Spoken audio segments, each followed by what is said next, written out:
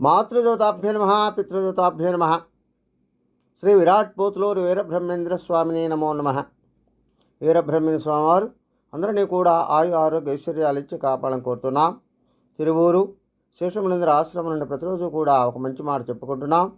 ఈ రోజున ఆత్మజ్ఞానము ముక్తి మార్గం నుండి కొన్ని విషయాలు తెలుసుకుందాం. అవి ఏమని చెబుతున్నాయి అంటే, నోరు తెరిచికోయు నోము లోముటను లోమునటంచు కళ్ళబుల్లి కథలు అల్లి చెప్పు నోరు తెరవ వేద సారంబు రావలే కాళికాంబ హంస కాళికాంబ అని తెలియచేస్తుంది. ప్రతి మనిషి నోటి నుండి ఏమి రావాలి, ఏమి చెప్పాలి, అలా ఏం చెబితే మనం వినాలి అనేది తెలుసుకోవాలి. చదువుకున్న వారైనా విద్యావంతులైనా ఎవరికైనా సరే వారి నుంచి మంచి మాటలే రావాలి. వారి నుంచి వేదసారంలాగానే ఉండాలి, వేదసారమే రావాలి. దేనికని? ప్రతి మనిషిలోనూ నారాయణుడు ఉంటాడు కాబట్టి ఆ నారాయణుడు ఎప్పుడూ కూడా అందరికీ మంచి జరగాలని చూడాలి. కాబట్టి ఏది మాట్లాడినా మంచి చేసే మాటలే మాట్లాడాలి, మంచి కోరే మాటలే మాట్లాడాలి. మరి ఇప్పుడు ఏం జరుగుతుంది?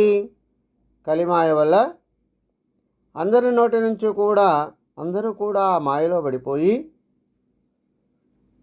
బయటికి నటిస్తూ ఉన్నారు. ఏ విధంగా? నేను నోములు చేస్తున్నాను, వ్రతాలు చేస్తున్నాను, యజ్ఞాలు చేస్తున్నాను, పూజలు చేస్తున్నాను, పురస్కారాలు చేస్తున్నాను, నేనే కాదు అందరి చేత కూడా చేయిస్తున్నాను అని గొప్పగా చెప్పుకుంటూ ఉంటారు. మురిసిపోతూ ఉంటారు ఎవరికి వాళ్ళు. కొందరు ఏమనుకుంటారంటే వారి యొక్క మాటల గారడీతోటి ఎవరికి వాళ్ళు ఎవరికి వారు ఎదట వాళ్ళ యొక్క కల్పిత కథలన్నీ అల్లుకుంటూ గొప్పలు చెప్పుకుంటూ ఉంటారు.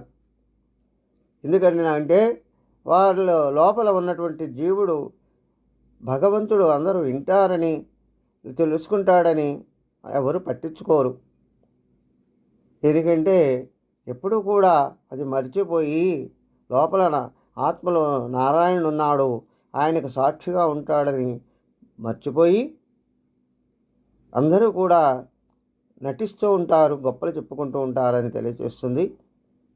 కాబట్టి ప్రతి మనిషి కూడా ఎదుటి మనిషి బాగుండాలి, అందరం బాగుండాలి అనేటటువంటి అందరిలో మనం ఉండాలని కోరుకోవాలని తెలియజేస్తుంది. స్వస్తి.